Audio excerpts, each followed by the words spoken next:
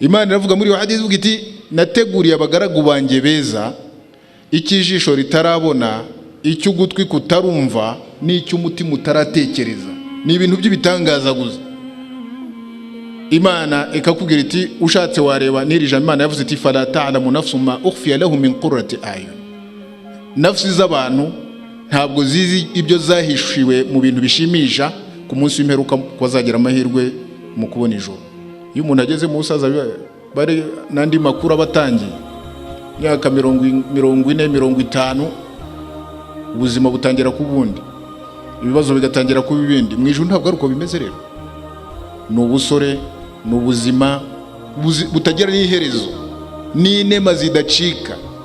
Ntabwo ari byandi byo kwisi yani Imana yikugiriye neza ukarya inkoko icyumweru kimwe bibiri ugasanga wimukiye ku bindi. Nabyo ni ingabire za Nyagasani, ariko rimwe na rimwe abantu ntabwo bashobora kubyihanganira izo mpinduka. Hanyuma nyuma y'ibyo byose Imana nayo izabahamagara, ya halal janna, yemwe bantu mu ijuru. Abantu mu ijuru nabo bita bati labbaik ya rabbana wa sa'adaik wal khairu fi yadayk. Nyagasani Imana turakwitabye mu cyubahiro cyawe, niwe nyiri ubutagatifu kandi n'ibyiza byose biri mu maboko yawe. Imana ibabwira iti hal raditu, ese mwanezerewe mu buzima bwo kwisi mwabayeho, mwajyaga mushakisha ijuru mugasari mugakora tahajudi mugasiba, raditum, mwanezerewe. Abantu mu ijuru babwira Imana bati wa malana la narda ya rabbana wa qad ataytana ma lam tuti ahada min khalqik. Ni gute tutanezerwa Nyagasani kandi waduhaye ibintu utigeze uha n'umwe mu biremwa byawe? Twe turabona ibintu byaturenze. Abagore abantu bicara babavugaho, dunia isi yose usanga ivuga abagore abagore abagore abagore, bamwe kandi bashaka no gukoresha mu bintu bitari byo. Idini w'Islamu rero nk'idini yubakiye ku miryango. Imiryango y'Abayisilamu ibaye imiryango itunganye, ni ukuvuga ko n'Ubuyisilamu buba butunganye.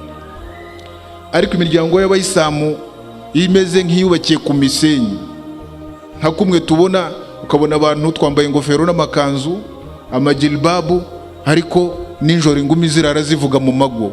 Ibi bintu mayasiri, ibi ntabwo bikwiriye. Ubuyisilamu ntabwo ushobora kugenda gutya. Uburere buhabwa abana ntabwo ari ubungubu. Nuvuga ko umuryango bavandimwe b'Abayisilamu, ndiyisaba namwe mbasaba ko mu bikomeye niba dushaka kurinda idini, ibyo tugomba kurinda imiryango, tukabana neza nabo twashakanye, abagore abagabo, buri muntu mu cyubahiro cye, mu bintu buri muntu mu gaciro ke, kandi tukamenya ko ibyo dukora ntabwo tubikora nko kubikora gusa, ahubwo huwa dini na dinu bihi rabbal alamin. Ni idini, ntabwo ari santima, ntabwo ari ukuvuga ngo njyewe ndimo ndubaha umugabo kubera ko mwubaha gusa birarangirira. Umenye ko umwubaha kugira ngo Imana izagushyire mu ijuru. Uramwubaha ayyuma mra'at matat wa zawjuha anha radin dakhalat aljanna. Umugore uwo ari we wese witaba Imana, umugabo wamwishimiye ajya mu ijuru. Umugore wo n'undi muryango wundi. Ntabwo Ubuyisilamu mu by'ukuri bwa bidini ikomeye, abagore b'Abayisilamu atari abantu bakomeye kuri iyi dini. Kandi mumenye ko Imana yabahaye agaciro gakomeye, biraguhagije. Muri Qur'an harimo sura kamila, suratu Nisa, ivuga ku bibazo by'abagore, ko nta sura yitwa suratu Rijal. Se mwari mwayumva suratu Nisa bi akmaliha?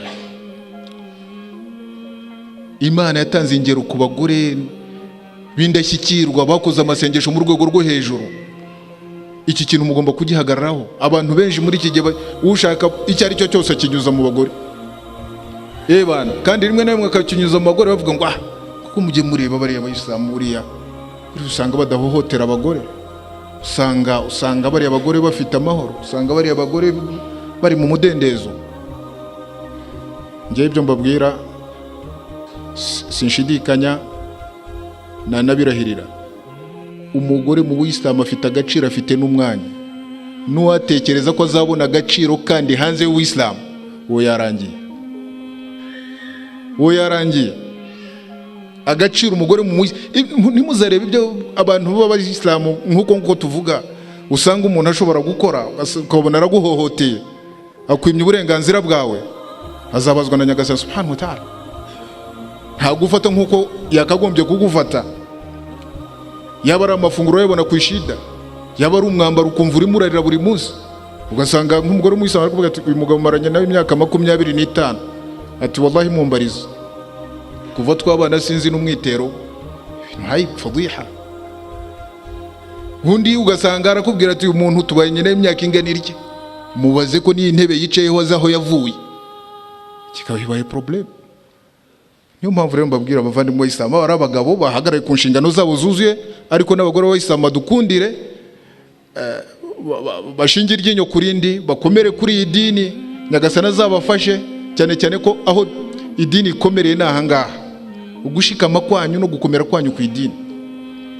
Mu bandi babayeho nta hantu namwe ushobora gusanga uko ubuislamu bufata umugore ariko bafata abagore. Abaromani kwanza bo basangaga babona umugore nk'umuntu wawo, umuntu udafite agaciro na gake, bakamukumva ko ari umuntu utagomba kugera ahantu hatagatifu. N'abakristo nuko bakavuga ngo noneho ubwo yagiye mu mihango uyu nguyu yabaye najisi kimwe n'izindi najisi. Tekereza abantu nk'abo. Noneho byaza byagera mu Barabu mbere y'Ubuislamu, ku Buislamu buzu ugasanga ni bitangaza. Umugore yari afite ibibazo bikomeye cyane kuva avuka ni nkaho haza ko bya byuma byita ngo ultrasound, ariko bimwe bipima abagore kumenya ngo atwitiye, menya ninda bari kujya bazikuramo zitaragera. Ko umuntu yacungaga nuko umugore wabyara bamubwira ati bana umugore wawe yabyaye bana, hati mu makuru yabyaye ziki, bati yabyaye umukobwa bana. Kikaba kibaye ikintu kimeze nk'icyaha gikomeye n'ibibazo.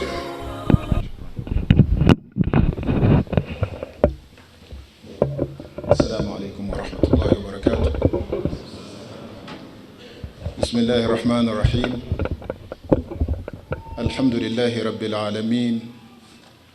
والصلاة والسلام على أشرف المرسلين سيد الأولين والآخرين نبينا وحبيبنا وشفيعنا محمد وعلى آله وصحابته الغر الميامين والتابعين لهم بإحسان إلى يوم الدين.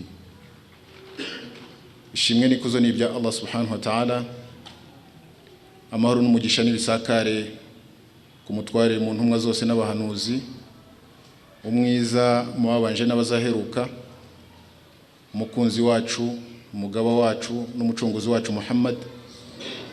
Nayo mahoro nasakare ku bantu be n'abasanyanyendo be bitangiye idini batizigamye, bagatanga igihe cyabo, bagatanga imitungo yabo, bagatanga n'ubuzima bwabo kubera idini. Ayo mahoro nanone asakare kuri bariya bose babakurikiye muri iyo nzira kugera ku munsi w'imperuka. Mbere ya byose nshimiye Nyagasani subhanahu wa ta'ala, we nta kizi icyo ari cyo cyose umuntu ashobora kugeraho atari ku bushake bwe n'ubwende bwe, udushoboje guhurira hano muri iki cyicaro cyiza. Ugira kabiri ndagira ngo nshimire komite y'umusigiti, ubuyobozi bw'uyu musigiti Masjid al-Fath, binyuze muri gahunda y'urubyiruko ihozaho gahunda nk'izi ngizi z'ibiterane n'ibiganiro bihuza abayisilamu, abagabo n'abagore, inkumi n'abasore, hagambiriwe kugira ngo abantu berekane inzira ikwiye umuyisilamu agomba kunyuramo, cyane cyane ko iyo umuntu anyuze mu nzira y'ubuyisilamu aricyo kintu cyangombwa, ari nacyo kigomba kubaho. Imana rero bongerera kuri iki gikorwa gikomeye kandi bahozaho iteka gahunda tuba tuzikurikirana buhoro buhoro. Ni ikintu gishimishe kandi ni ikintu cy'agaciro, ariko ishimwe rikomeye n'ubusabe bukomeye ndasabira mwese abayisilamu, abasore n'inkumi, abagabo n'abagore, abakecuru n'abasaza, mwitabiriza gahunda kugira ngo mumenye umurongo w'idini yanyu n'icyo Nyagasani wanyu yifuza kuri mwe, kugira ngo mu by'ukuri mukomeze muhagarare mu nzira twese ari nayo nzira duharanira ko izatujyana ikatugeza mu buzima twifuza, duhatanira iteka ijoro n'amanywa. Ni inzira rero itujyana mu ijuru kwa Nyagasani subhanahu wa ta'ala. Ni inzira zijyana mu ijuru ni nyinshi, n'imiryango ni myinshi. Uyu muryango turimo w'igisibonaho n'undi muryango mu miryango ikomeye uzajyana abantu mu ijuru. Ko nkuko mubizi ijuru rifite imiryango 8, abazaba bari min ahli siyam bazahamagara min babi mimbabi rayani nkuko mwicaramo bibwirwa kenshi, abazaba ari abantu b'iswala bahamagarwe mu muryango w'iswala, abazaba ari abantu batanga isadaka mu bihe bitandukanye bahamagarwe mimbabi sadaka, bazaba ari abantu mujahidin bahamagarwe mimbabi al-jihad. Imiryango yose uko ari 8 abantu bazagenda bahamagarwa buri muntu mu muryango, cyane cyane mu bintu mu bikorwa yarahagaze mu buzima bwo kwisi, kandi biranashoboka ko umuntu yahamagarwa mu miryango yose. Abo ni babandi bindashyikirwa baba bafite ibikorwa bitunganye mu miryango yose, ugasanga ashobora kwinjira. Ariko mvuge ngo birahagije ku Muislamu Imana yagiriye neza yo kugera muri uku kwezi gutagatifu kwa Ramadan, ko nawe ari umuryango ukomeye bavandimwe w'Islamu w'umuntu kubona ijuru mu buryo bumworoheye. Imana muri Qur'ani kenshi dushishikariza mu by'ukuri kwihutira gushaka fadl za Nyagasani subhanahu wa ta'ala no gushaka imbabazi ze, aho Imana ivuga ba'da billahi minash shaitanir rajim igira iti wasari'u ila maghfirati min rabbikum wa jannatin 'arduha as-samawati wal ard u'iddat lil muttaqin. Mwihutire gushakisha imbabazi za Nyagasani wanyu, ijuru rya Nyagasani wanyu n'imigisha ya Nyagasani wanyu. Mumenye ko ijuru ubugari bwaryo bungana n'isi n'ijuru, ariko ryateguriwe al-muttaqin, babandi baganduka mu gusiba, baganduka mu gusari, baganduka mu gutanga, baganduka mu kwitangira Imana, baganduka muri byose. Uko byagenda kose ntabwo uko ijuru ry'abaringana, ntabwo abantu bazarijyamo gutya gusa, bagomba kuba abantu baganduka. Muri izi ayati z'ubwo Nyagasani yongeyeho nagaragaza muri abo baganduka bari bo. Nyagasani aravuga ati alladhina yunfiquna fi sarra'i wadh-dharra'i wal-kadhimina al-ghayza wal-'afina 'anil nas wallahu yuhibbul muhsinin. Abantu baganduka Imana irimo irabasobanura hano, nubwo ibisobanuro by'abaganduka biri henshi, ariko ahangahe Imana ibyo yavuze ni babandi yunfiquna fi sarra'i wadh-dharra'i, babandi batanga mu buryo bwose, baba borohewe ufite amafaranga ku buryo bumworoheye, cyangwa se rimwe na rimwe hari n'igihe aba yafite ariko amugoye, wenda hari n'abandi bayamuhaye, cyangwa se yagiye gukora akazi kagoranye, ariko kubera Imana akavuga atayanda yatanga kubera Imana subhanahu wa ta'ala. Alladhina yunfiquna fi sarra'i wadh-dharra'i. Nayo mpamvu abantu bicara iteka babwirwa gutanga. Umuryango wo gutanga ni umuryango ukomeye utuma Nyagasani hari aho gushyira mu bantu baba baritangiye idini. Hanyuma wal-kadhimina al-ghayz, naba abandi barwanya uburakari bwabo bagahisha agahinda batewe n'umuntu ubasagariye. Iyo umuntu agusagariye mu idini w'Islam, ntabwo laysa shadidu bisur'a inma shadidu man yamliku nafsahu 'inda al-ghadab. Ntabwo inkazi ari wa wundi ushobora kurakazwa ugasanga agiye gukora amahano, ahubwo inkazi ni wa wundi ushobora gufata roho yakayikomeza ntakore ikitari ku murongo w'idini igihe arakajwe n'umuntu. Nuko rero mu buzima bwose busanzwe ibyo bijya bibaho ko umuntu ashobora kurakaza. Uburi intwari rero ishoboye kumwumva ukavuga uti alhamdulillah ndagushimiye, ukikomereza inzira. Noneho byaba ari nko mu gisibo yagusagarira, agutuka, agutesha umwanya, ukamubwira uti nyamuneka ngewe ndasibye. Uwo ni umurongo twahawe n'intumwa y'Imana Muhammad sallallahu alaihi wasallam, idha kana yawmu sawmi ahadikum fala yaskhab wala yarfuth wa insabahu ahad falyaqul inni sahim. Umwe muri mwe n'abasibye agasagarirwa n'umuntu, cyangwa se umuntu agashaka ntakavuge n'amagambo apfuye, kabone n'ubwo yaza akagutuka, umubwira uti nge ndasibye. Ikintu cy'uburakari ni ikintu gikomeye cyane gifite umurongo wacyo. Tekereza intumwa y'Imana kenshi yatangaga umurage wo kutarakara. N'Imana hano iravuga ngo nurakazwa gerageza uhishe uburakari bwawe wicecekere, bikuzamura urwego ukajya mu bantu babandi muttaqin Imana irimo kuvuga hano hejuru yateguriye ijuru. Wal-'afina 'anil nas, n'abandi babarira abantu. Ushobora gusanga ufitanye ikibazo na mugenzi wawe cy'igihe kirekire cyangwa se cy'igihe gitoya, ariko iza tajawazta anhu tajawaza Allah anka. Iyo ubabariye mugenzi wawe ukavuga utebana ibyo wankoreye ndakubabariye, nawe Imana izakubabarira kuri uriya munsi abantu bazaba bakeneye imbabazi. Alafu an-nas, cyane cyane iyo bigeze mu gihe nk'iki ngiki, mu gihe cy'igisibo cy'ukwezi kwa Ramadan. Icyo ngicyo ni ikintu kizima cyane. Wallahu yuhibbul muhsinin. kandi Imana ikunda abantu babagira neza. Izo ni aya n'amagambo ya Nyagasani akwereka abandi bategura ijuru bafite izi awsafu, ibi bigwi maze kuvuga.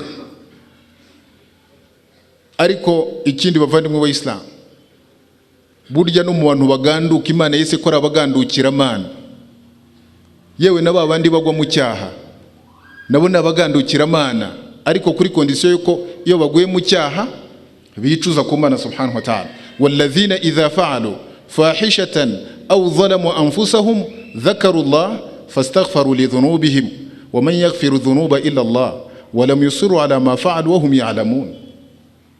Abanabi Imana bita muttaqin. Walladhina idha fa'alu fahishatan, ujo kubona umuyisilamu aguye nko mu cyaha ukamukura mu busiramu kubera ko kuzi icyaha runaka mu byaha bitandukanye tuzi.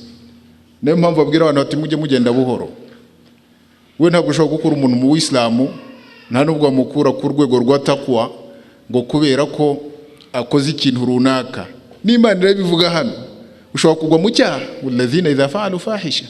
Ariko noneho iyo ushyizeho kwibuka Imana ukicuza ku Mana, uzi neza ko nta wundi ubabarira ibyaha uretse Imana, Imana irakubabarira. Aba bantu nabi Imana bashyize mu rwego rwa muttaqin, nibo yateguriye ijuru. Nahanga hari Imana ivuga iti wasari'u fafiru ila Allah, mugaruke kwa Allah bavandimwe b'Islam kugira ngo abantu bashobore gukiranuka. Iri juru ni ijuru, ubuzima bwo kwisi n'ubuzima bw'igihe gitoya, igihe kizagera kandi nta nubwo ari kera.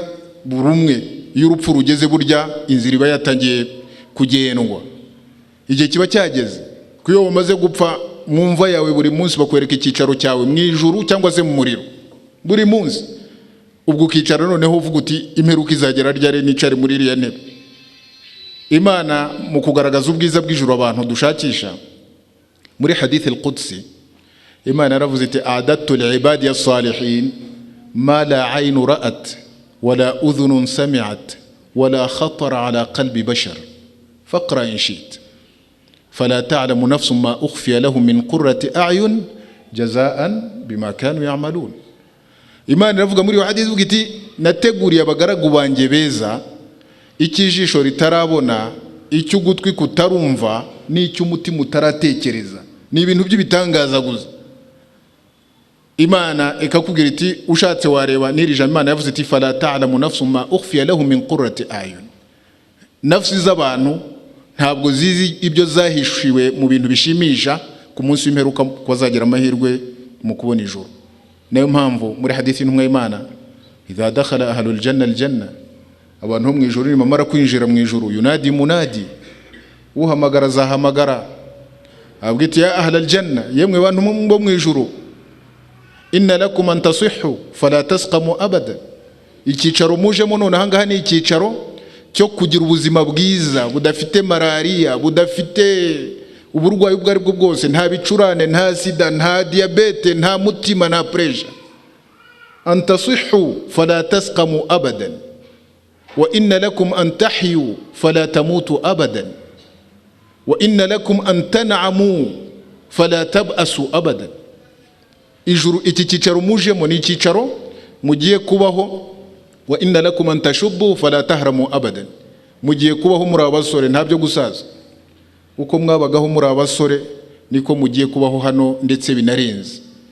Iyo umuntu ageze mu busaza bari nandi makuru abatangiye myaka 40 50, ubuzima butangira kubundi, ibibazo bigatangira kuba ibindi. Mu ijuru ntabwo ari uko bimeze rero. Ni ubusore, ni ubuzima butagira n'iherezo, ni inema zidacika. Ntabwo ari byandi byo kwisi ya Imana yikugire neza ukarya inkoko icyumweru kimwe bibiri ugasanga wimukiye ku bindi. Nabyo ni ingabire za Nyagasani, ariko rimwe na rimwe abantu ntabwo bashobora kubyihanganira izo mpinduka. Ugasanga kwisi ubaye nko mu buzima bungana burya bw'igitangaza, wari ufite ibintu bya mirenge, amagorofa, amavila, amarandi cruiser, ibiki byose, ariko kuri kadari ya Nyagasani mu buzima bwo kwisi ibyo bijye bibaho. Wa wundi wari mu igorofa mukabona ari hasi, wa wundi wagenzaga imodoka mukabona aragenza amaguru, wa wundi wabonaga ahinduranye ukabona byamuhindukanye. Hadhihi alhayatu ad-dunya, bundi bwo buzima bwo kwisi. Ariko ubuzima bw'impera ntacyo guhinduka. ni ukunywa, ni ukurya, ni ukwambara bizira iherezo. Hanyuma nyuma y'ibyo byose Imana nayo izabahamagara, ya halal janna, yemwe bantu mu ijuru. Abantu mu ijuru nabo bita bati labbaika ya rabbana wa sa'adaik wal khairu fi yadayk. Nyagasani Imana turakwitabye mu cyubahiro cyawe, niwe nyiri ubutagatifu kandi n'ibyiza byose biri mu maboko yawe. Imana ibabwira iti hal raditu, ese mwanezerewe mu buzima bwo kwisi mwabayeho, mwajyaga mushakisha ijuru, mugasari, mugakora tahajudi, mugasiba, raditum, mwanezerewe. Abantu mu ijuru babwira Imana bati wa malana la narda ya rabbana wa qad ataytana ma lam tuti ahada min khalqik. Ni gute tutanezerwa Nyagasani kandi waduhaye ibintu utigeze uha n'umwe mu biremwa byawe? Twe turabona ibintu byaturenze. Imana ikabwira iti afala utikum afdal min dhalik, ese murabibona gute mbahaye ikiruta ibyo ngibyo byo murimo murarya, murimo muranywa, murambaye, murakorerwa, mbahe ikirenze icyo? Abantu bakabwira Imana bati wama afdal min dhalik, niki cyaba kirenze icyo Nyagasani Imana? Imana ikabwira iti uhillu alaykum ridwani fala askhatu alaykum abadan. Ati bantu mu ijuru kuri uyu munsi wa none, ati ndagira ngo mbasesekazeho ko mbishimiye, nta kindi genzongera kubarakarira mu buzima bwose mugiye kubaho. Cyo ni ikintu gikomesha intuze ijambo rya Nyagasani rihi tuze abantu bazaba barakoreye ijuru, abantu bazaba baritanze bya nyabyo, abantu bazaba barahagaze ku murongo nyabyo. Nubwo abantu bazaba babona uzare mu buzima bwo kwisi, iyo umuntu arimo kukugirira nabi yaza akakubwira ngo buretse nuko ndaguteza gutyo, urushaho kubabara kurusha n'ibyo urimo gukorerwa. Waba urimo kubona ibintu byiza, umuntu wakugire neza akaza akakubwira irindi jambo akakubwira ati ibi ureba niko bizakomeza, nzakomeza kugufata neza gutya igihe cyose. Uwo ni binadamu kandi nyamara nta n'icyo afite mu maboko ye. Uratekereza ute rero Nyagasani subhanahu wa ta'ala ari uje akakubwira ngo uyu munsi uhillu alaykum ridwani, ndabishimiye, ukwishimira kwanjye nkubashyizeho, ntabwo nzongera kubarakarira bibaho. Hanyuma icyanyuma mu bizaba biranga abantu mu ijuru rero, icyo nahereho icyo ngicyo mbereka ko ibyo dukora byose nta kindi turimo gushakisha. Hano twese ibyo turimo gufunga, gusari, muhadarat, niki cyo dushaka ni ijuru. Nasallallahu yarzuqana aljanna, sawa Nyagasani kugira ngo zaduhe ijuru. Nacyo kintu ni mu busabe bw'umuyisilamu agomba gusaba, hamwe n'ubusabe bwinshi abantu barimo gusaba muri uku kwezi. Ariko ntimuzibagirwe gusaba Imana ijuru, kandi ntimuzibagirwe gusaba Imana ngo ibigize kure n'umuriro wa jahannam. Icyanyuma rero Imana nyuma y'uko ibabwira ngo sinzongera kubarakarira, izongera ibabwira iti bantu ho mu ijuru muragira ngo mbongeze. Abantu bavuga ati se Nyagasani Imana nyuma y'ibi kwijuru twaribonye ko amaze kutubwira ko utazongera kuturakarira, icyaba kirenze kuri ibi ngibi Nyagasani ni ikimana? Abantu babona ibintu by'ikirenga. Sasa ikirenga huwa an-nazar ila wajhi Allahi al-karim, nukuzareba mu buranga bwa Nyagasani subhanahu wa ta'ala. Wujuhun yawma idhin nadhiratun ila rabbiha nadhira. Ku munsi w'imperuka uburanga buzaba bubengerana, bunezerewe, bwishimye, kandi abantu bazabona Nyagasani wabo ku munsi w'imperuka. Innakum satarawna rabbakum yawma al-qiyamah kama tarawna al-qamara laylata al-badr la tadamuna fi ru'yati. Mwe muzareba Nyagasani wanyu nkuko tureba na gutya. Abantu bajyaga basenga Imana hano mu buzima bwo kwisi, abantu bakitanga batizigamye mu buzima bwo kwisi, mu bihembo bikomeye abantu bazabona ku munsi w'imperuka huwa an-nazar ila wajhi Allah, kureba mu buranga bwa Allah subhanahu wa ta'ala. Turasaba Nyagasani kuzatugeza kuri urwo rwego no kuzadushyira mu yishimiye. Nayo mpamvu Imana muri Qur'an ivuga iti lilladhina taqaw al-husna wa ziyada. Al-husna hiya al-janna wa ziyada huwa an-nazar ila wajhi Allah azza wa jalla. Kuri babandi bagandutse no kuri babandi batinye bazabona ijuru. Lilladhina taqaw al-husna, bazabona ijuru, wa ziyada, barebe n'ikiruta ijuru. Ikiruta ijuru ni ukureba uwaremye ijuru n'ibirimo byose, n'uzaba yaritanze. Ibi rero ni ibintu bavandimwe b'Islamu bishimisha cyane, kandi buri wese yakwicara mu by'ukuri yihemberamo imbaraga no gushakisha imbaraga kugira ngo mu by'ukuri ibi byiza bizamugereho. Nkuko mubona ku isi ibintu byose bidushishikaza, biduhangayisha, rimwe na rimwe bikatuvana no kuri gahunda, yaba ari ukurya, yaba ari ukwambara, yaba ari ukuryama amazu, yaba ari abagore, yaba ari byose Imana yarabiteguye mu ijuru nkuko bivugwa. Niba abagabo bari ku isi, mu ijuru barahari, abagore ku isi no mu ijuru barahari. Niba amazu yo ku isi ahari, mu ijuru hararenze. Niba imyambaro ku isi abantu bahatanira kwambara, mu ijuru abantu bazambara ibirenze, misundutsin wa istabrak. Niba abantu bahatanira kurya hano, mu ijuru niho abantu bazarya bya nyabyo. Ufashe umuntu wa diabete ukamuha ubuki hano, wasanga arimo kubwigiza hirya. Kandi mu binywebwa, mu biribwa byo mu ijuru bikomeye harimo ubuki, harimo ishyushyu, harimo kullu shay. Dusabe Nyagasani rero subhanahu wa ta'ala dufashe bavandimwe b'Islamu. Urugendo turimo n'urugendo Imana yatugiriye neza, tugira abayisilamu, hanyuma itugenera guhura n'iminsi myiza nk'ingi, iminsi imigisha y'Imana imanukira abagaragu bayo kuri babandi baba batarashoboye gukoresha ibihe neza, bakaba bagaruka kwa Nyagasani wabo bakagira icyo bakora, kandi ibyo bikaba ari ku neza yabo. Mu by'ukuri Imana iraguherekeza. Ibi tubabwira byo kugandukira Imana ngo kugira ngo umuntu abone ijuru, hariho n'igihe ijuru ritangirira hano. Ijuru ritangirira hano ga idha kunta murtahil bal, wowe uri umuntu umutima wawe ukeye, wowe uri umuntu uhozaho kugandukira Nyagasani wawe, wowe uri umuntu wamenye isi uko ugomba kuyimenya, wowe uri umuntu wamenye inzira urimo n'uburyo ugomba kwihagararamo, la taqlaq, nta gahinda nta no kwibaza. Ariko abantu usanga bafite imihangayiko, niba abandi usanga Imana yadutegetse kuba kuri isi mu buryo runaka no mu gihe runaka. Iyo ushatse rero kugira ngo ubuzima bwawe nubwo ku isi gusa birakugora, ukumva ko wageze washyikiriye warashyitse, abo nibo bandi bagorwa.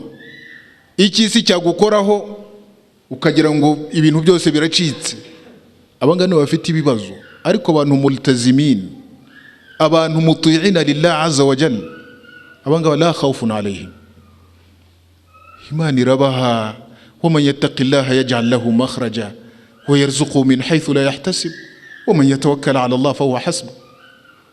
Yugandukira Nyagasani subhanahu wa ta'ala, Nyagasani aguhinzira ibibazo byawe bikemuriramo, kandi akaguha amafunguro mu nzira utazi. Kubera abantu rero ibyo ngibyo niyo nzira Imana yaduhaye. Abantu uhisemo neza akayifata abahisemo neza, kandi nibizakurikira ibyo ngibyo biba byiza. Ariko iyo uhisemo nabi, abashe hano bakakubwira bati ittaqullah, mutinye Nyagasani, mwitwara ikibi, ugasanga ntubikurikiza, igikurikiraho no witera ibibazo.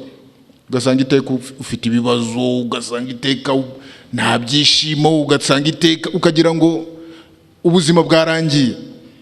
Ariko umuntu namwe murabizi, nk'umuntu uhagaze kuri dhikri, ugahagarara kuri Qur'an, ugahagarara ku iswala, ugahagarara kwishyira mu maboko y'Imana, ibintu byose bifata uko bigomba kumera, nta kintu na kimwe kiguhungabanya, kubera kuri ku Mana wowe. Ariko uri umuntu mutaalliq, uri umuntu wiziritse ku bintu, uri umuntu wiziritse ku isi, uri umuntu wiziritse mpaka umuntu yakubwira ati tujye gusara utapana, bana ndacyahuze, hari abantu hano nari ndimo kurangiza ibibazo byabo. Ugasanga wiziritse ku isi, wiziritse kuri ibyo byose, niba ari umugabo, niba ari umugore, niba ari abana, niba sawa, ibyo tugomba kubikora. Ariko nta kintu kigomba kuruta Imana n'intumwa yayo bavandimwe b'Islam. Nta kintu na kimwe. Niba ushaka guhirwa ukumva urabohotse, shyira Imana imbere yawe n'intumwa yayo n'idini, aba ari byo ushyira imbere yawe. Ibindi byose ubone ko ari ibintu thanawiya, ibintu bisanzwe. Nubona hukuku za Nyagasani wazubahirije, ukabona hukuku z'intumwa y'Imana, ikintumwa y'Imana ikugomba n'umurongo yaguhaye urimo kugendamo, warangiza ukabona icyo ubuyisilamu kugomba mu mategeko yayo uyahagazeho, fala taqlaq, ntugira agahinda. Ibintu biba biri mu kugenda sawa, ibindi byose birikora. Nyagasani arabyoroshya, kabone nubwo wapfa ugasiga abusize, Nyagasani arabarinda. Siko se Qur'an ivuga, innal ladhina qalu rabbuna Allah thumma istaqamu, tatanazzalu alayhimul malaikatu alla takhafu wala tahzanu wabshiru bil janna allati kuntum tu'adun nahnu awliyaukum fil hayati dunya wa fil akhirah. Abamarayika bakakubwira ntugire wasiwasi, ntugire ubwoba, twe twara abakunzi banyu mu buzima bwo kwisi, twari n'abakunzi banyu mu buzima bw'impera, turi n'abakunzi banyu mu buzima bw'impera. La takhafu, ntimugire ubwoba ko mugiye gupfa, mugiye kwa Allah. Wala tahzanu, ntimugire agahinda k'abagore n'abana musize, Imana irabareba. Yuri umuntu w'umusiramu, iyo utangiye kuzana wasiwasi cyo cyabaye ikibazo. Bavandimwe Isilamu rero byari nk'icyo ngicyo gusa, kubera ko ari cyo nzi ko abayisilamu turimo gushakisha, kandi twicara dushakisha, kandi twicara dusaba n'Imana mu by'ukuri. Abazagira amahirwe bakabona ijuru nta kindi, n'abazagira ibyago bakabona umuriro, wal iyadhu billahi, Imana ntizatugenere kuba muri abo ngabo, Imana izawuturinde n'imbyaro zacu n'abagore bacu n'imiryango yacu n'abayisilamu bose, Imana izaturinda umuriro. Abantu rero usanga mu minsi nk'ingi y'abantu tuganira ko biranakwiye, ni iminsi y'ukwezi kwa Ramadhan, abantu baba bagomba kumenya amategeko atandukanye ari mu gisibo n'ibindi birebana no gusiba, imyitwarire y'usibye, ibyonona igisibo, ndetse n'izindi nyigisho, ibintu bituma umuntu yigwizaho ibyiza mu gisibo, birimo gusoma Qur'an, birimo gukora dhikri, birimo gufuturisha, birimo ibintu byinshi cyane, kandi birakwiye, kandi nabyo ni byiza. Icyo ari cyo cyose abantu bakwigishanya muri uku kwezi no mu yindi minsi kirebana n'idini, kiva kuba kirebana n'umuco twigishijwe n'Imana cyangwa se twazaniwe n'intumwa yacu Muhammad sallallahu alaihi wasallam, kiba gikwiriye. Ariko ngiye munyemerere mu kanya gato gasigaye gusa mvuge nanone ku kintu mbona ko gikomeye, kandi n'abandi bicara bakivugaho. Ni ikintu nacyo abantu bagomba kwicara bareba ko ari ikintu nk'umusingi remezo n'umusingi fatizo w'idini w'Islam. Ni ikintu kirebana n'imiryango, ni ikintu kirebana n'abagore, cyane cyane ko abagore abantu bicara babavugaho. Dunia isi yose usanga ivuga abagore, bamwe kandi bashaka no gukoresha mu bintu bitari byo. Idini w'Islam rero nk'idini yubakiye ku miryango. Imiryango y'abayisilamu ibaye imiryango itunganye, ni ukuvuga ko n'ubuyisilamu buba butunganye. Ariko imiryango y'abayisilamu imeze nk'iyubakiye ku misenyi, nka kumwe tubona, ukabona abantu twambaye ingofero n'amakanzu, amajilbabu, ariko ninjoro ingumi zirara zivuga mu mago. Ibi bintu mayasir, ibi ntabwo bikwiriye. Ubuyisilamu ntabwo ushobora kugenda gutya. Uburere buhabwa abana ntabwo ari ubungubu. Nuvuga ko umuryango, bavandimwe b'Abayisilamu, ndiyisaba namwe mbasaba ko mu bikomeye, niba dushaka kurinda idini, ibyo tugomba kurinda imiryango, tukabana neza nabo twashakanye, abagore, abagabo, buri muntu mu cyubahiro cye, mu bintu, buri muntu mu gaciro ke, kandi tukamenya ko ibyo dukora ntabwo tubikora nko kubikora gusa, ahubwo huwa dini na dinu bihi rabbal alamin. Ni idini, ntabwo ari santima, ntabwo ari ukuvuga ngo njyewe ndimo ndubaha umugabo kubera ko mwubaha gusa birarangirira. Umenye ko umwubaha kugira ngo Imana izagushyire mu ijuru. Uramwubaha, ayyuma mra'at matat wa zawjuha anha radin dakhalatil janna. Umugore uwo ari we wese witaba Imana, umugabo wamwishimiye ajya mu ijuru. Umugore wo n'undi muryango wundi. Nawe mugabo ukumva ko icyo utanga mu mafunguro uko Imana yagushoboje, ko niko Imana ivuga, ntabwo ugitanga kugira ngo kibe inyuro cyangwa kibe amagambo, niko Imana yagutegetse. Niba utabishoboye nyine, nta mpamvu yo gucyura umugore cyangwa se usange posho warifunze, cyangwa se usange murimo muranegosiye ikizi. Icyo negosiya ni iki n'umugore? Agomba kugaburirwa, agomba kurya, agomba kunywa, agomba kwambara, nta negosiyasiyo iranga. Ibi ni byo abantu bicara bavuga buri munsi. Ugasanga uyu ntiyujuje hukuku ze, nuriya nawe ibibazo bibaye byinshi, cyane cyane ko inshuti n'abandi nabo bafite amakuru bagenda batanga. Ariko njyewe ndagira ngo nibwirire bashiki banjye n'abavandimwe banjye n'ababyeyi bacu b'Abayisilamukazi baraha, mbabwira ngo mushikame, mukomere, mukomeze mukore ibyo mukora, muhagarara imiryango, n'abatarayishaka cyangwa se batarayishinga bamenye ko ntabwo Ubuyisilamu mu by'ukuri bwa bidini ikomeye, abagore b'Abayisilamu atari abantu bakomeye kuri iyi dini.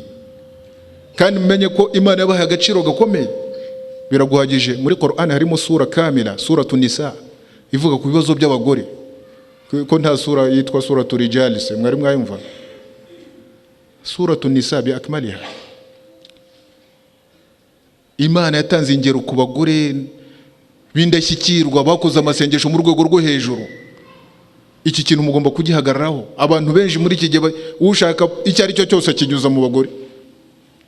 Bana kandi rimwe na rimwe akakinyuza mu bagore bavuga ngo kuko mujye mureba bariya abayisilamu buriya usanga badahohotera abagore, usanga bariya abagore bafite amahoro, usanga bariya abagore bari mu mudendezo.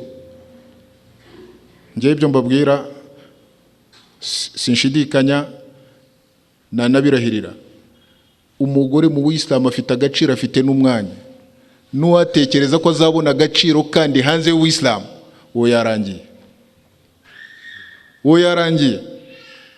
Agaciro umugore mu ntimuzarebe ibyo abantu b'Abayisilamu nk'uko tuvuga.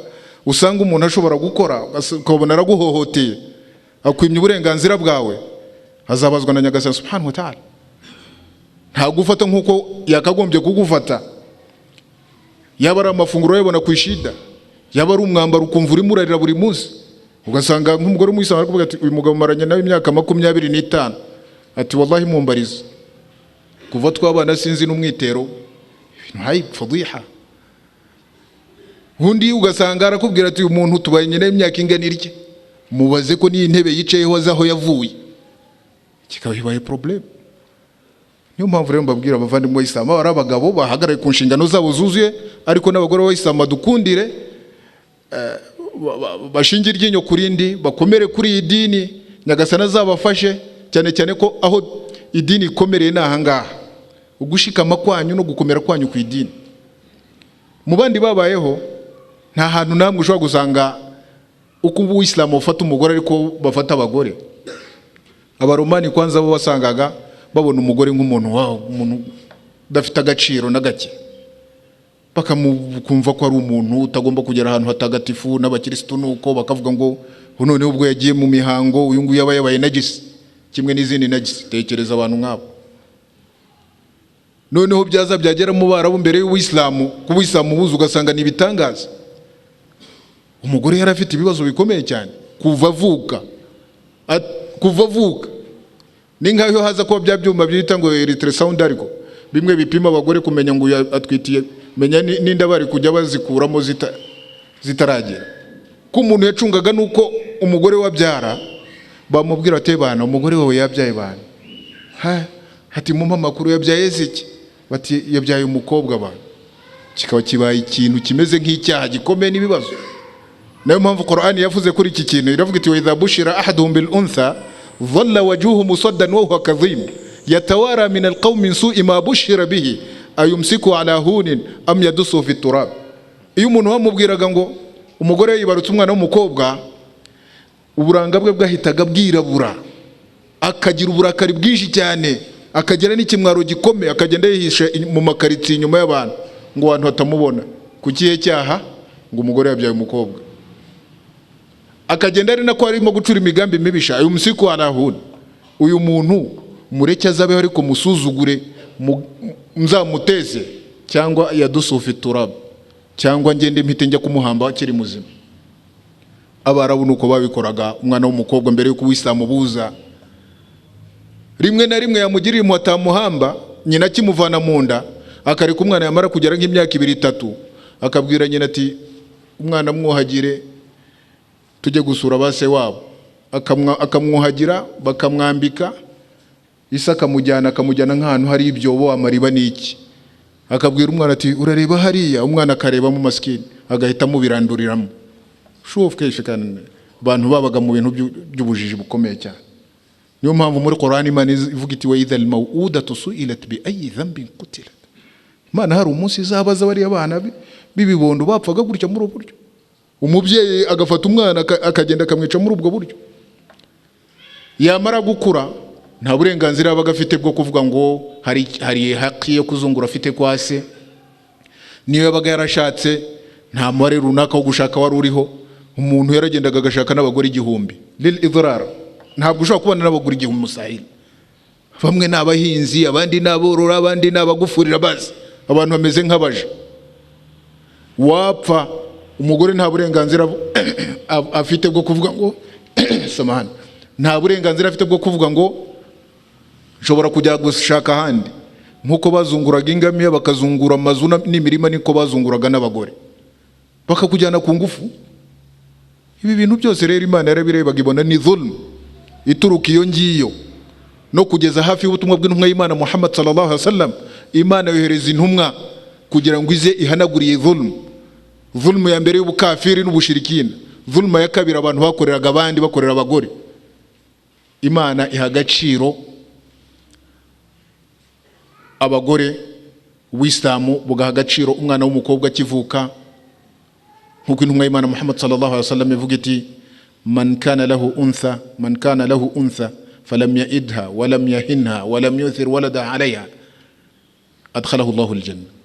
Umuntu uzaba ufite umwana w'umukobwa, wumve cyo ni kikwereka ikintu gikomeye hashingiye ku mateka yabayeho, uko abantu bafataga abana b'abakobwa, uko abantu bafataga abagore.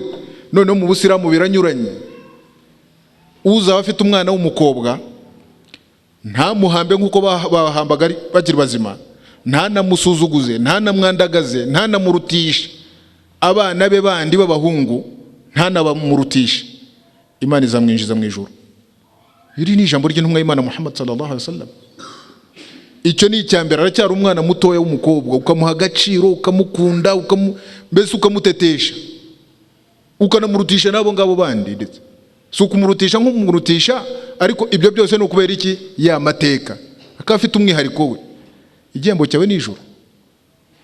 None intumwa y'Imana iravuga iti man ala jariyatayn hatta tablugha, umuntu uzarira abakobwa babiri bakagera ku rwego rwa bulugh, bakagera mbese mu myaka y'ubukure ku buryo bashobora gushaka, jaa yawmul qiyama ana wa huwa kahatayn.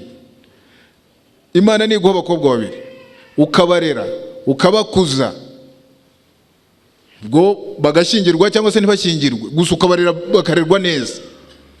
Intumwa y'Imana yavuze ngo azaza ku munsi w'imperuka meze gutya nawe, mbese twegeranye dufatanye. Kubera iki?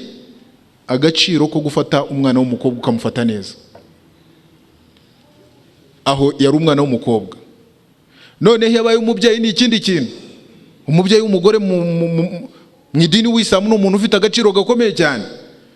Imana muri Qur'an irakubwira iti wa wasayna al-insana biwalidayhi hamalathu ummuhu kurhan ala kurh wa hamluhu wa fisaluhu 30 shahra.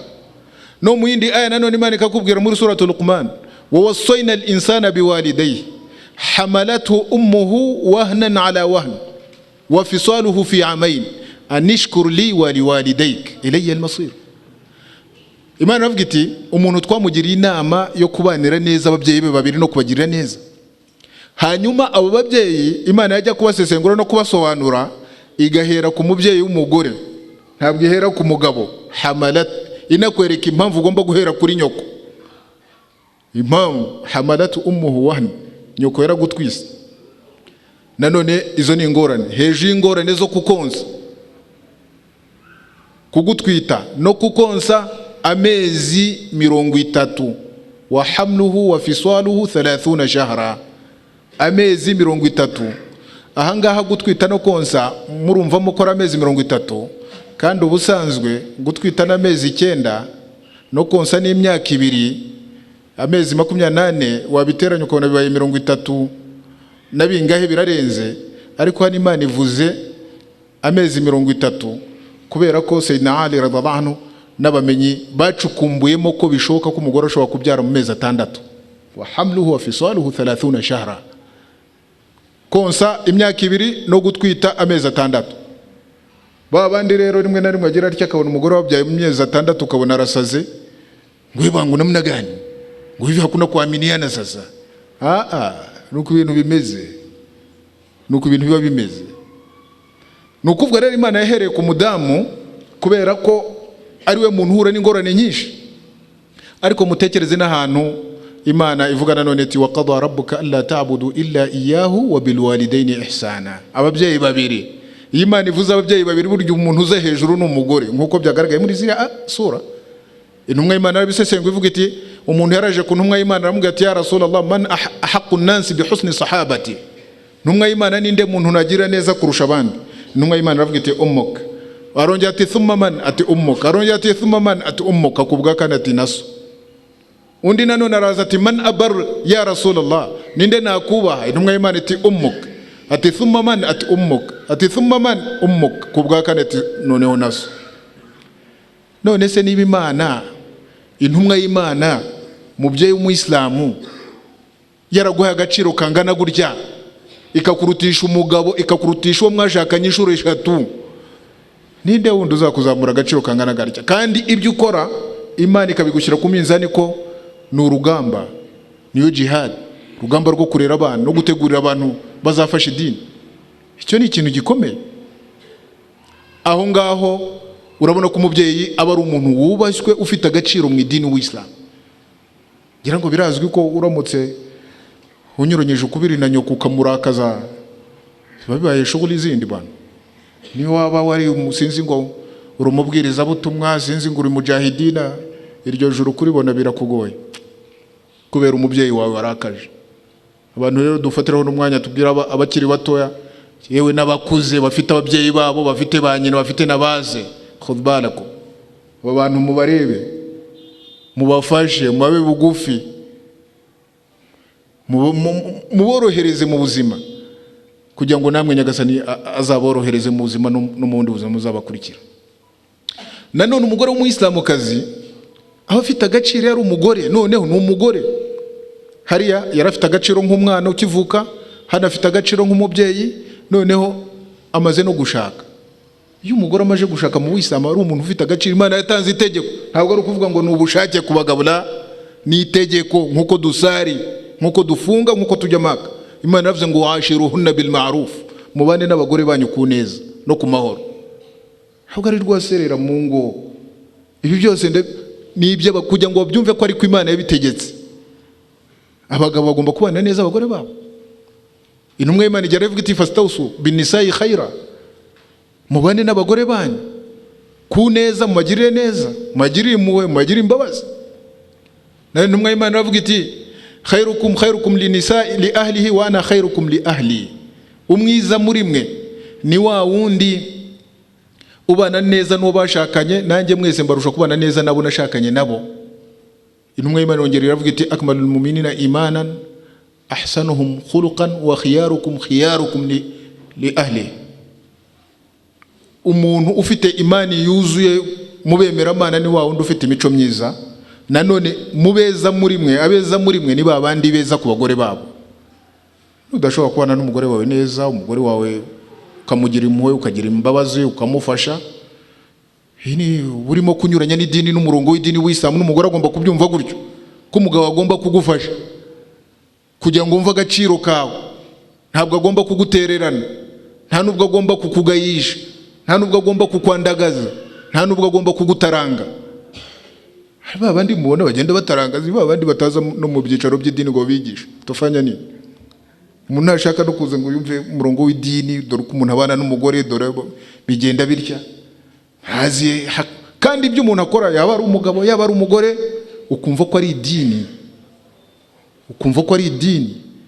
Nugira inshingano tuzuza, ukumva ko Imana izabikubaza wowe nk'umugabo, naye n'umugore ukumva ko Imana izabikubaza. Abagore babyumva ibi bintu. Ubwo rero abagore b'Abayisilamukazi hamwe mu ruhando rw'ibintu biba bivugwa bihita mu binyamakuru n'ibindi mu mateleviziyo n'ibindi mu biganiro bitandukanye, n'iki mufite inshingano yo gukomera ku idini no gukomeza gushikama sawa cyane cyane mu bihe nk'ibi ngibi. Abantu bo bagenda mwabanyuraho rimwe na rimwe ukabona barimo baravuga, barimo barakerensa, barimo hanyuma noneho sasa wanareba ubuzima bw'abantu ukuntu bariho mu imiryango myinshi muzi byayo, nta myinshi cyane murabizi. Hari n'abava ku ntwari haci icyumweru kimwe ngo kwahere, twari ku ntwari hari haturiye umuceri. Abandi sinzi twagira gutya wagira ngo babana ngo kwahere, himeisha kwa tabu namwe. Bwese ubusiramu buhagaze ko imiryango icyumweru kimwe igasonyekwa mu kindi cyumweru. Hiri naryo ni ikosa nge nshobora kuryoza, cyane cyane n'abagore nari baryoza.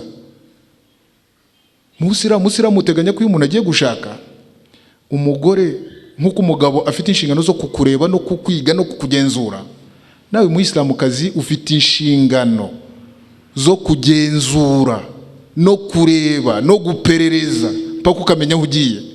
Hari ibintu byo gushaka kuvuga ngo na mimi ngo bigaragare ko narongowe, ngo na mimi bigaragare ko nzabyara, ntabwo ari ibyo bantu.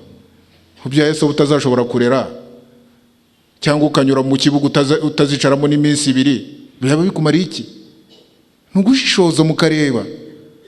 Wallahi ndabarahiye kabone nubwo wowe nk'umuislamukazi n'uburenganzira bwawe, niyo abantu baba bageze ku ntwari bicaye imiceri bayishyize hari, ukamenya makuru cyane icyemezo gikomeye utagomba gufata mu buzima bwawe, ko uyu muntu hari ikintu runaka uvumbuye, famillah, ariko ntiwishore mu bintu utashoboye. Nta muntu ushobora kugushyingira ku ngufu. Kirazira mu idini w'Islamu umukobwa gushyingira umukobwa ku ngufu, urabizi. Niyo so yagushyingira utabishaka uza kwa kadhi ukamubwira uti nge simbishaka, laka haq, ufite uburenganzira bwuzuye. Ariko ibingibi byo gushushanyanya n'abantu no kwigaragaza ugafata icyemezo utatekereje, ejo ugasanga urimo uraryoza umugabo ngo bana ngo sinari nzi ko uyu muntu ngo afite imico mibi, ngo kwanza nta mahira, ngo ngenda bagira inama rero rwose. Inama ndayibagiriye, niko Imana yavuze, niko intumwa y'Imana yavuze. Muzajye mwitonda igihe mugiye gufata icyemezo, mwaba muri abakobwa bato, mwaba muri abagore mwashatse, mwitonde mu gufata icyemezo. Icyemezo ni mugifata bakabwira ntuza imamu cyangwa kawo bati uremera kurongorwa naka, agasinya ati kabilta, nawe bakakuzaho wicaye muri sare bati wabishyiraho umukono uti bismillah ukawushyiraho. Mbagira inama nk'abavandimwe banye nk'abashikiyonge, mujye muzashinyirize, nta kundi ko muzahura muri ibyo ngibyo. Ntugushinyiriza keretse wabona ibintu ari ibintu birenze intuza urugero, ko mu Buislamu byose ibintu byose bifite imipaka. Ariko bigeze ahantu apana ntuzaze no kubwira kazi ngwe baranga umugabo bimeze gutya pana, uba waramuhisemo wowe munyewe. Hariho n'abandi bagenda bagakora akazi kabo kamushakisha ku nguvu. Ubwo rero mujye mwihangana kabisa, cyane cyane nk'aba bamaze kubyarana, abantu urabataye, ibibazo biravutse, icyemezo ntawaguhase. Ubuislamu nuko bwateganyije ngo ubanze urebe, erega no kwihangana birakenewe. Hanyuma abone ibintu koko ari ibintu bitihanganirwa, uwo muryango nawe urahari. Ni kimwe nuko umugabo nawe yabonye ibintu bitihanganirwa ashobora kwibeshya, kabona umuntu yambaye jilbabu cyangwa se yambaye masha Allah nkuko amategeko y'Islamu biteganya, kavuga ati khalas ndabonye. Hiyo sasa bwana nimeshapata bana, kumbe kapatikana jamaa atabizi. Ibyo nabyo bigiye bibaho, icyo gihe bisaba kwihangana. Ubwo rero abagore b'Islamukazi mukomeze mwiringira Imana cyane, muhagarare bya nyabyo, mutera ikirenge mu kirenge cy'abariya amateka tubwira mu bagore beza babayeho b'Abayisilamu, magore b'intumwa z'Imana. Murebe nk'uyu mugore, urugero nka Hagira, umugore wa Ibrahim nyina wa Ismail. Ibrahim yaramufashe, urwo n'urugero mbahaye, amujyana Maka. Icyo gihe Maka nta muntu wari uhatuye, amuvanye Palestine aramuzana mushyira Maka hafi ya Haram, hafi y'umusigiti yari. Nta kintu na kimwe, nta nzu yari ihari ubyumve, nta n'amazi yari ahari, nta n'umuturanyi wari uhari. Arahamushyira. Ahamushyize haciye iminsi, Ibrahim yagombaga gusubira mu kazi ke. Ntuza uko arimo kugenda na Hagira ari inyuma ye. Uko arimo kugenda Hagira akabwira umugabo ati ariko se mugabo wanjye ko watuzanye ukadushyira aha ngaha, mbona n'amafunguro twazanye agiye gushira, nta mazi, nta muntu utuye aha, ibi ushaka gukora ni ibiki? Ibrahim akamwihurira akica amatwi akikomereza. Yatera intambwe umugore nanone akongera akamubwira rya jambo. Ku bwa gatatu Hagira aramubwira ati ndagira ngo nkubaze noneho, Imana niyo yagutegetse kuza gukora ibi ngibi, kudutuza ahantu hatagira umuntu, hatagira amazi, hatagira igiti, hatagira ibuye? Ni Imana yabigutegetse ko? Aramubwira ati ni Imana yabintegetse. Hagira mu cyizere cyinshi yari afite Imana, avuga ati Imana ntabwo izantererana. Athika billahi azza wa jalla wa tawakkul alayhi. Yasubiye inyuma, umugabo nawe ageze hirya asaba idua, umugore nawe aragenda asubira inyuma, ntaho amusize. Ntabwo amusize muri kadasire, nta nzu amusizemo, nta firigo asize. Ariko wallahi kubera kuvuga iryo jambo, kuvuga gusa ngo Imana ntizantererana, ntabwo Imana yigeze iterana Hagira. amazi yo kunywa yarabonye, abaturanyi arababona, hagira abaho neza kugeza igihe yatabarukiye. Kiriya kintu ni ikintu cy'urugero rukomeye cyane.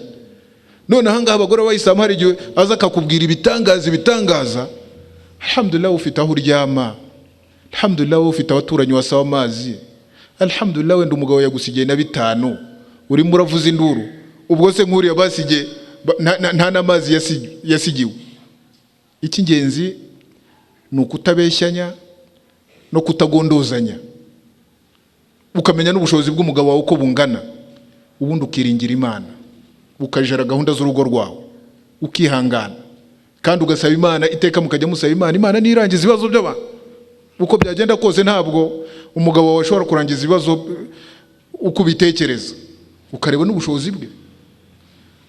Iki kintu rero nk'urugero rwo kuri Hajiri bangahe, ubuse ko ntango mujya mumva zasenyutse se, bafite n'amazu, bafite n'amamodoka, bafite n'amafirigo, ari mihene, ari miki, burya wese data burya baba batangijwe n'ikira. Abandi tujya tuvuga tuta wenda batangijwe nuko inzara yabishe, ntabwo amugurira imyambaro, wenda ariko ingo z'abasilamu zirimo zarasenyuka. Umugabo yaraguhaye iduka, yaraguhaye amamodoka, ariko kubera imico, nta kujyana ku Gisenyi, nta kujyana ku Kibuye, ntazi ishakana. Ibi mubirebe nabyo, iyi ni inenge ikomeye. Yo ni impamvu ugasanga abantu bataye umurongo. Umugore umuyisilamu no kujya ku Gisenyi hariya akambara ubusa akajya mu mazi imbere y'abagabo. Ako bariya babikora buriya mwe abakora dawa mu Bayisilamu kazi mwagiye mukabagira inama koko. Inzira barimo ntabwo ariyo. Abantu dutinya Imana, mugira icyizere Imana.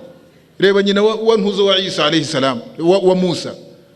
Igihe ibintu byari bikaze, Imana yaramubwita, wewe wonse umwana wawe, ntugire ngo Firauni arica ariko ntazamukora. Wewe wonse umwana wawe. Hanyuma ibyo nutabishobora uzakora ikirenze icyo noneho, uzamujugunye mu mazi. Imana yaramubwita, wahayna ila ummi Musa an ardi'i, fa idha khifti alayhi falqihi fil yam wala takhafi wala tahzani inna radduhu ilayk waja'aluhu min al-mursalin. Twahishuriye nyina wa Musa ko yonse umwana we, ibyo byamunanira akamushyira mu isanduku akamujugunya mu mazi. Tumuha icyizere, turamuga tuti tuzamugucungira kandi tuzamugarura kandi tuzamugira mu ntumwa. Tekereza umugore, ubu se wewe nta wahi yamanutse, ni bangahe ashobora gufata umwana akamushyira mu isanduku akamushyira muri muhazi? Aha, shughuli kubwa hii. Icyo ni kikwereka thika, icyizere. Iyo ugira icyizere Allah subhanahu wa ta'ala, Allah nawe aragufasha akakorohereza mu bibazo muvandimwe mu Islamu kazi. Icyo kintu rero mukihingemo, muhozeho izi gahunda zanyu nziza, masha Allah, murimo zo gushakisha ubumenyi, gahunda z'uburyo mwitanga, batekera abarwayi, abajya kubaka imisigiti, bakora ibikorwa by'idini, gahunda zitandukanye zo gushakisha ubumenyi. Nkuko abagore b'Abayisilamu bashakisha, abagore basabye n'umwa Imana kujya bigisha bati, natwe tugenera umunsi wacu ya Rasulullah, turashaka umunsi wacu. Mpaka abagore bamwe bari abahanga nka Aisha radhiyallahu anha, yari muri babandi minal mukthirina bil fatwa wa minal muhaddithin, yari mu bantu bafite fatwa mu mujyi wa Madina kandi ari mu bantu bafite hadithi nyinshi. Iki ngiki rero nicyo gikwiriye bavandimwe b'Abayisilamu kazi. Hanyuma mukomeze mu by'ukuri mwumve ko ubuyisilamu nk'idini ikomeye, inkingi yabwo ikomeye ari mwebwe. Muhagarare ku buyisilamu bya nyabyo, muhagarare ku buyisilamu mutajenjetse, imiryango yanyu muyikomeze, abana banyu mubahe indero zikwiriye z'ubuyisilamu, aho ngaho ubuyisilamu uzaba urimo kugenda neza.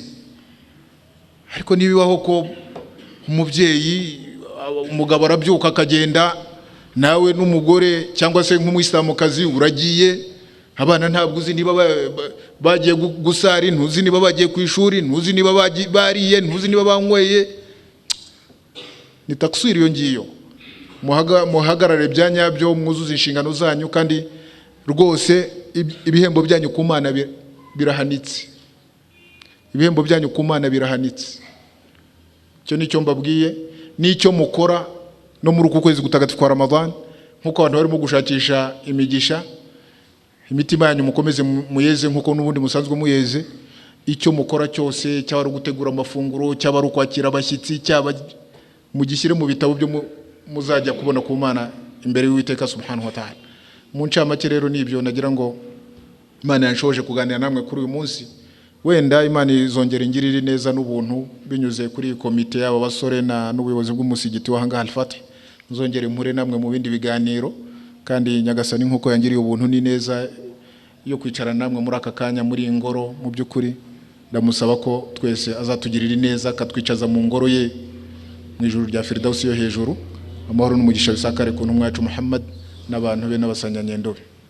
Nyuma yabo turahita twakira ibibazo twahaye mu bamama, twashyize udupapuro bandikaho ibibazo byabo, ndetse no mu bagabo turabaha mikoro bo bajye babaza ijwi ku ijwi. Ubwo rero numvaga abafite ibibazo mu bamama babitanga, hari ababishinzwe bambaye amabaji aho ngaho bandika ibibazo byabo babizane, naho abagabo bo tuzajya tugenda dufata umwe abaza ikibazo cye, yaba ari kuri Ramadhani cyangwa bigendanye no kwisomo Sheikh yatanze inshallah. Naam. Assalamu alaikum wa rahmatullahi wa barakatuh. Ikibazo cyanjye cya mbere ndakibaza Sheikh, ngira nti nk'urubyiruko ruterehaniye hano kubw'umwihariko abategarugori cyangwa abakobwa, mu nama nyinshi wabagiriye cyangwa n'ubu wabagira, ndagira ngo tugusabe utubwire inama imwe watugira iruta izindi kugira ngo urubyiruko ruyirebeho, ruyitekerezeho. Isi y'uyu munsi yabaye umudugudu, hanyuma isi y'uyu munsi uburyo bw'itumanaho riroroshye cyane ku buryo icyabaye mu majyepfo y'isi, mu majyaruguru y'isi, iburengerazuba bw'isi, iburasirazuba bw'isi, uwo munota n'iyo segonda kiba kigeze ku baturiye isi yose miliyari hafi 6 n'igice.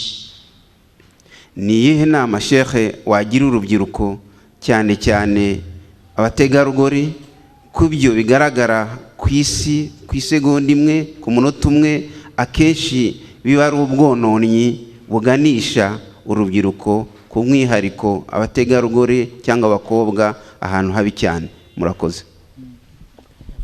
Murakoze. Assalamu alaikum wa rahmatullahi wa barakatuh. N'udutekerezo wenda tubiri. Dukunze kwigishwa haki z'umugabo ku mugore, ariko ntabwo tumenya neza precision kuri haki z'umugore ku mugabo we. Icyo ni ikintu cya mbere. Cya kabiri, biragaragara ko aheshi ingo zigenda zisenyuka bitewe n'uko imibanire y'abashakanye wenda haba harimo ikibazo. Nkavuga inteswe nta kuntu mwadufasha ku buvugizi ku bijyanye no gutegura taribiya ya Kisilamu ku bana, ndetse n'abana bakamenya ukuri kwabo ku babyeyi babo, n'ababyeyi ubwabo bakamenya ukuri hagati yabo. Assalamu alaikum warahmatullahi.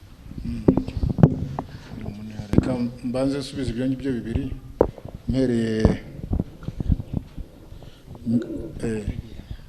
mpereye kuri icyo umuvandimwe avuze Haji Kamana.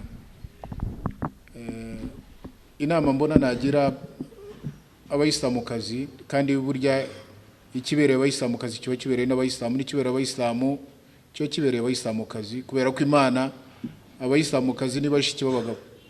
Imana muri suratul Ahzab hari igenda ivuga innal muslimina wal muslimat wal mu'minina wal mu'minat wal qanitin wal qanitat was sadiqin was sadiqat wal khashi'in wal khashi'at. Ahivuze umugabo ikavuga umugore, ahivuze umugabo ikavuga umugore, paka ikagera ivuga ati wasayimina wasaimat wal hafizina furujahum wal hafizat wal dhakirina Allah kathiran wal dhakirat a'adda Allahu lahum maghfiratan wa ajran 'azima. Burya ahavuzwe umugabo haba havuzwe umugore, nahavuzwe umugore haba havuzwe umugabo. Inama nagira rero bose muri rusange mpereye ku bayisilamukazi, no gusaba Imana ikabakomeza ku idini, no gukomeza gushikama ku murongo w'idini, no gukomeza gushikama ku mahame yakuye muri Qur'ani n'imigenzo y'intumwa y'Imana Muhammad sallallahu alaihi wasallam. Hagira n'umuntu ugira ikibazo wenda kimutatanishije kumenya umurongo wacyo mu idini w'Islamu, mugashishikarira kure kubaza abamenyi b'idini bari bugufi kandi bizewe, ubumenyi bwabo butarimo rwaserera, Imana avuga iti fasalu ahla dhikri in kuntum la ta'lamun, maze abantu babamenye mwe niba ntacyo muzi. Hari ikigeragezo kijya kikunda kubaho nko muri mujtamati nk'izi ngizi zacu zitarakomera.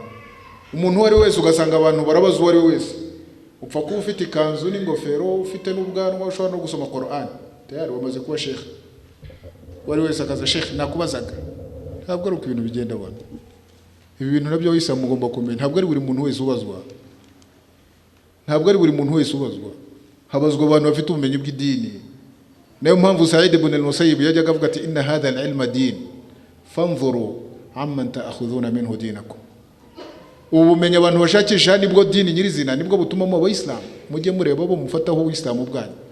Ntabwo ari buri muntu wese mu muhanda kubera ko bimeze gutya afite ishusho cyangwa se namwumvisho ya abamenyi b'idini.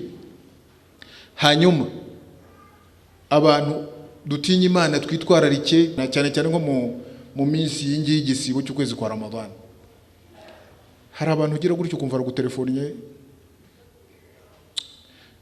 kandi rimwe na rimwe wenda wumva atanagutelefona kabisa, kakubwira ati Sheikh nagize ibyago ndyamana n'umugore ku manywa y'igisibo. Ukamaze se n'umugore wawe atoya ahubwo nari nimo gusambana. Mushikira inshuro ebyiri. Nkeze uyu muntu ambarije iki koko? Kwisubira nk'intumwa y'Imana ikomeye. Umuntu arimo arakora icyaha yarangiza akadabivuga. Maze n'umuntu washatse kirazira kikaziririzwa. Mpaka iyo kikubaho icyo kintu ni inzira eshatu: kuzishyura ugatanga na gafara, atqu raqaba, siyamu shahrayn mutatabi'ain, yut'amu 60 miskina. Bagiye batubabarira koko. Abantu bakagaruka ku murongo w'idini. Abantu bagatinya Imana. Urumva?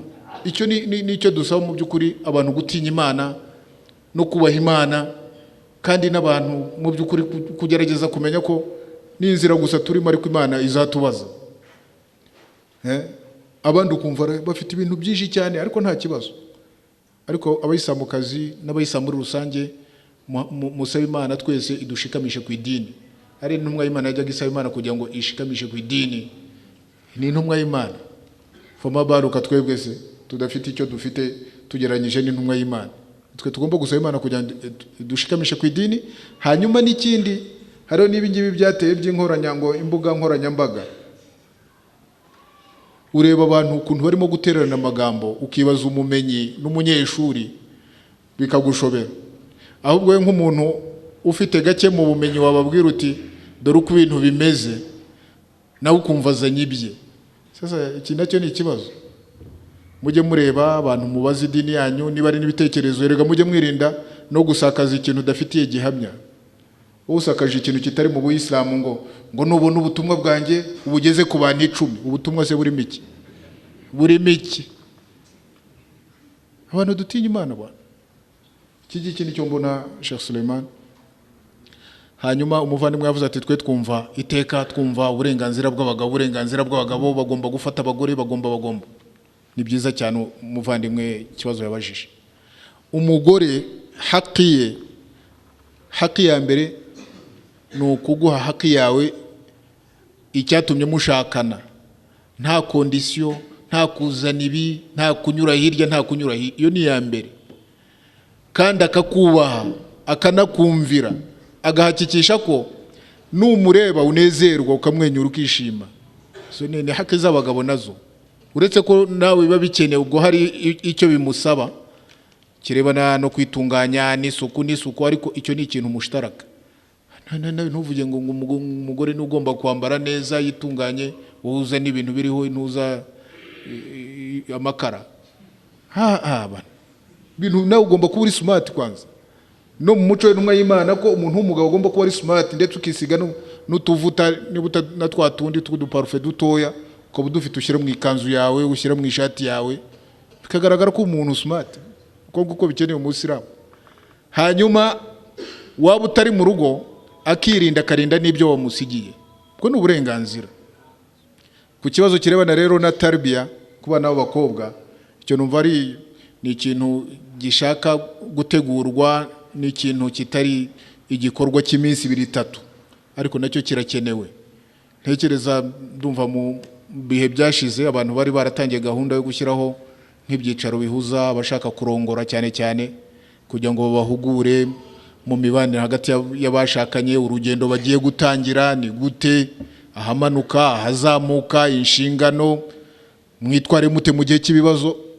Ibyo numva inzego zisezeranya zakira bariya baba bashaka kurushinga nacyo bagomba kugishyira mu bintu bikomeye kandi bagomba guhuguraho abantu. Binabaye na ngombwa abantu dushaka kugirana inama n'aba ngaba basezeranya, hakabaho nk'ishuri niyo bazi ukwezi kumwe, abantu ntibakihute ngo umuntu ngo bana ngo ndihuta ngo haraka zakwenda wapi, ko ari aho bitangirira ngo ngiye mvuye i Buraya ngo kandi ngo nzasubira ku kazi ejo bundi. Haya, ngomba kwicara kwanza abantu abasaza bakabanza bakababwira, n'abamenyi b'idini bakabanza bakabahanura. Ibi ngibi by'abantu gupfa kugenda badahanuwe nicyo nabyo kiri mu bizana ibibazo, abantu bagahanurwa. Ndumva icyo ngicyo inshallah tuzakivuganaho, abamenyi hano n'inzego bakagishyiramo imbaraga. Hano hari ibibazo mu badamu. Uyu nguyu yabajije ngo assalamu alaikum wa rahmatullahi wa barakatuh. Ese iyo umuntu akoze tauba abwirwa n'iki ko yababariwe? Ubwo se ubonye kugira ngo umenye ko utababariwe, ikizakubwira ko wababariwe urakizi? Ndakikubwira none. Ikizakubwira ko tauba yakiriwe nuko udasubira mu bucafu. Ariko niba wasambanaga, la samaha Allah, ukicuza ku Mana, ukwicuza kwa nyako, ntuzongere icyo kintu ukabona ko ari haramu kizira kikaziririzwa, ahubwo wajya ubyibuka ukicara ugasaba n'Imana ukarira. Ibyo min alamati qabuli tauba. Wabyibuka ikintu cyakubayeho kumva ufite agahinda, ari ibyo bindi byo kujya gutya tauba haca iminsi ibiri ukabugiye ku Kibuye, ukabugiye Dar es Salaam, ukabugiye ku Gisenyi, urimo urakina abantu. Uzamenye ko tauba yawe ntayo. Gusa nugomera Imana ukagaruka ku Mana, Imana irakwakira. Ariko tauba nishobora kuba tauba ikurikirwa n'ibintu bibi. Kuko min shuruti tauba, muri shuruti za tauba ni ukubabazwa n'icyo cyaha no gufata umugambi wo kutazagisubira. Kandi namwe murabizi ko sharutu ni sharutu nyine. Nkuko udashobora kuza gusari nta wuzu cyangwa ngo uze gusari wambaye ubusa, nako udashobora kuvuga ngo tauba yemewe bitakubabaza, bitagukora ahantu yewe ugira na gutyo ukongera ukanyerera ugasubirayo. Icyo gihe nta tauba ibitakiriwe. Sharutu zazo zigomba kuzura. Undi nawe aravuga ati ko Isilamu iziririza gushyingira umukobwa atwite, ese nk'uwashyingiwe atwite wamugira iyihe nama? None se iteka twicara tubivuga hano, abantu bakagenda bakihererana abarimu bakabashyingira, wabanza ukabyara ko ari byo uba warashatse kugira ngo ibintu bigende neza. Hanyuma byagera ko washyingiwe mu by'ukuri ku ikosa ry'uriya wagusezeranyije, indoa iba yemewe ariko nyine yaranyuze mu murongo utari uwayo. Ni ukuntu umuntu ashobora kurya, buriya hariyo n'igihe umuntu ashobora kurya binyuze mu mazuru, nabyo birashoboka. Ntibishoboka se? Nese tujye gutandukanya abantu. Ariko icy'ingenzi kandi twicara dusaba turavuga tuti niba umuntu atwite dufashe banza ubyare, nurangiza abantu bagusezeranye bisobanuke. Ibintu byabaye ibindi ko nta wamenya ese uwo mwana utwite n'uwo mugabo ugiye kugira maka akubwira ngo nuwe yabibwiwe n'iki? Nta wamenya yabibwiwe n'iki ko ari umwana we. Iyo umuntu yamaze gusezerana niho amategeko ari waza ahangaha birasobanuka, bitandukanye n'umuntu atarasezerana. Umugore mushobora kuba mwarashakanye ukaba ufite Asumani na Abubakari na Aisha, nawe yifitiyemo ntuza Muhammad na ntuza na bandi yacengejemo, abangabo nabo bakitwa abana b'umugabo. Nta muntu n'umwe wabimenye uretse ko bifite ibihano bikomeye imbere y'Imana subhanahu wa ta'ala. Ngo mtoto ni wa kitanda n'uwasambanye bakamutera amabuye, ariko nta wabimenya, nta wamenya inzira abana babonetsemo. Urubanza ruzacibwa yo matubla sarair, umunsi amabanga azanagwa hanze muzabona ibitangaza. Nicyo ngicyo inama rero tugiriye abantu cyane cyane baba ari abasore, sinzi impamvu abasore bajya kurongora abakobwa batwite. Nta nubwo wibaza nanone n'abakobwa nabo bishyira ku bantu no kuvangitiranya. Herega mudufashe, idini iroroshye. Niba ushaka kurongora uza hano kwa imama, nukuzana gusa umubyeyi wawe n'abashahidi babiri. Twebwe twakomeje ibintu biradukomerana. Gushaka muziramu ni imwe muri ibada zoroshye. Gushaka ni ibada yoroshye. Zana naso n'abashahidi babiri n'abasiramu batatu, mwicara hano mu biro kwa imama, agusezeranye ndoa, ugende wibereho mu mahoro. Ninde suri tayari? Imodoka zitabanje kuzunguruka. Iyo ni ikibazo. Ibintu biroroshye. Arakomeza avuga ati ese umuntu yemerewe kuba yafasha ababyeyi be igihe bishoboye, bagifite ubushobozi bwo kwifasha? Iyo bishoboye baba bishoboye. Ariko ko umuntu yishoboye ntibisobanura ngo nta kintu wafasha ababyeyi bawe. Bashobora kuba bafite amamodoka, bashobora kuba bafite abakozi, bashobora kuba, ariko sintekereza ko unyuze nk'ahantu bacuruza inkoko ugafata nk'inkoko ebyiri ukazishyira so ngo wa mwana ngo izo nkoko sinzishaka ngo ndishoboye. Mwari mwabona ibyo bintu bibaho? Uragenda ukabafasha ukabasura, cyo ni icyambere, ukaba bugufi, hanyuma wagira n'intashyo zaha naha bugufi na bugufi ukaziha ababyeyi bawe. Abo nibo ba mbere uheraho. Ntuzane intashyo. Ntumwe Imana yavuze ngo mujye muhana intashyo bizongera urukundo hagati yanyu. Numva rero ko abambere wagahaye intashyo ari ababyeyi bawe. Undi nawe akabaza ati umuntu afite umugabo noneho famiye ye bagatandukana kubera famiye ye, ese ni iyihe nama wamugira? Icyo ni icyaha. Utandukanye se ko umugabo ari we waragushatse nawe akaba ari we wagushatse, utandukanye nawe kubera famiye ye kubera iyihe mpamvu? Niba wowe ubona nta kibazo ufite n'umugabo wawe ukabona nta kibazo afite, mwebwe nimwe murebwa n'ikibazo cy'intuza cy'urushako rwanyu n'ubuzima bwanyu.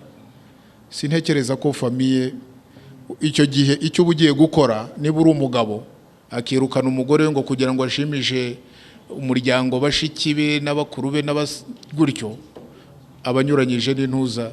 La ta'ata al-makhluq fi ma'siyati al-khaliq. Urashaka kuvunja indoa kubera ngo kugira ngo ushimishe umuntu, keretse niba hari ikintu kigaragara gishobora gufatwa nk'impamvu ituma abantu batandukana. Ariko ari ibintu ngo yanze kumfurira, ngo nashyize hari imyenda irahirirwa ngo dore yiriwe mu mazi. Reka ari we wese mu muryango wawe, ari nawe umugore ashobora gushyira hari imyenda ikirirwa mu mazi, kandi yo si ntabwo ari impamvu yatuma uhitara ku mugore wawe ngo kubera ko imyenda ye ngo itatewe ipasi ibyumweru 2. Ayo ni amagambo. Kandi murebe nabyo bisenya ingo nyinshi. Nariye nize imyenda yanjye ntiyatewe ipasi, dore n'ibirato byanjye biriho urwondo, dore sinzi. Ibyo bintu ni ibintu koko byo. Indoa ni igihango gikomeye bavandimwe w'Islam. Indoa ni igihango gikomeye. Imana yise igihango gikomeye mithaqan ghaliza. Igihango gikomeye. Ntabwo igihango gikomeye gicibwa n'imyenda itafuzwe, cyangwa giterwa n'ibiryo byatinze, cyangwa giterwa na ngo muramukazi wawe yaje ntibamuhaye icyayi. Ibintu birababaje cyane, mujye mubireba. Ntabwo ari byo. Indoa ni igihango gikomeye. Barahirwa abazabona urushako rubananiye nyuma yo kwihangana, nyuma y'inyigisho, nyuma bagafata icyemezo mu buryo bukwiye nta kwibeshya. Ariko abandi bibeshya bagakora ibintu gusa mu bintu bitari byo, ntabwo ari byo. Wenda ku bagore reka tube duhagarikiye ahangaha ku kibazo ngiye gusozerezaho. Ku bagore bundi dufate nanone mu bagabo iminota 5 dore ko n'amasaha arimo aragenda yo kugira ngo dusari. Uyu nguyu arabaza ati ko mwavuze ko umugore ari inkingi y'urugo, ngo kandi aho isi igeze ngo ugasanga ingo zisenyuka cyane, ngo nta kuntu mwakora nk'ishuri mbere y'uko abo basore n'inkumi bagiye gushakana bakazajya babanza bagahugurirwamo? iki ni kizima cyane. Ishuri ahubwo ni ikintu kigomba kwihuta, niyo ritaba nk'ishuri ariko nk'uburyo bw'amahugurwa, kandi mukorohera inzego zisezeranya abagiye gushaka, bakabaha gahunda byibura y'amezi 3, kandi mukigomwa. Ikintu cy'urugo ni ikintu gikomeye, ikintu cy'ubuzima ni ikintu gikomeye. Mukigomwa bakabaha iminsi, kandi mukiga mujijikaye. Baba ari abakobwa bakiga, baba ari n'abahungu bakiga. Birashoboka ko bashobora bakiga, ariko nubwo igikwiri bishobora ko hari igihe bajya biga bamwe bari ukwabo n'abandi bari ukwabo, cyangwa se wenda rimwe bose bumva kuko n'impanuro ziba zibareba bose. Ariko nanone ibintu rimwe rimwe hazamo fitina zindi, abantu bagize amahirwe yo guhura ngo bagiye kwiga, ugasanga haje. Ariko ibyo ngibyo byirinzwe, nta n'ikibazo, nta n'imbogamizi abantu bafite kuri icyo. Abantu hagomba kubaho rwose gahunda yo kwigisha abantu bagiye kurushinga ubumenyi bw'idini rusange, hanyuma n'umwihariko nka kumwe abantu bashaka kuba abayimamu babigisha ubumenyi bw'idini, ariko bagashyiraho n'umwihariko wo kubatoza khutuba zikorwa gute, ibintu nk'ibyo.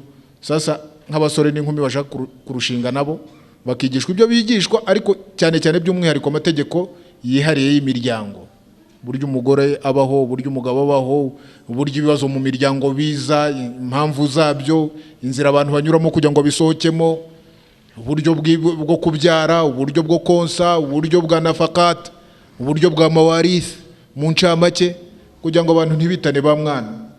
Umenye hukuku zawe mu buzima bw'umugabo wawe, na nyuma yuko umugabo wawe azaba atakiriho, umuntu akaba afite isura kamera, afite isura yuzuye. Gushimira Imana no kubashimira mwese, kandi Nyagasani yakira igikorwa cyacu. Ahasigaye subhanakallahumma wa bihamdika nashhadu an la ilaha illa anta nastaghfiruka wa natubu ilayk. Subhana rabbika rabbil izzati amma yasifun wa salamun alal mursalin walhamdulillahi rabbil alamin.